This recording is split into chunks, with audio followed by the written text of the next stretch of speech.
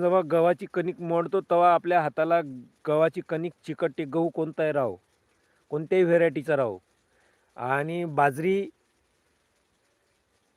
आणि ज्वारी याची जी भाकर राहते, ते तयार करताना आपल्या हाताला चिपकत नाही. तशाच पद्धतीने आपण जर गव्हाची पोळी खाल्ली, ते आपल्या आतडीला अंदर चिपकते आणि पचण्यास टाईम लागतो. जर कोणत्याही पेशंटला जर लवकर दुरुस्त व्हायचं असेल, तर भाकर किंवा बाजरीची भाकर, ज्वारीची भाकर, बाजरीची भाकर हे खावी. लवकर पचते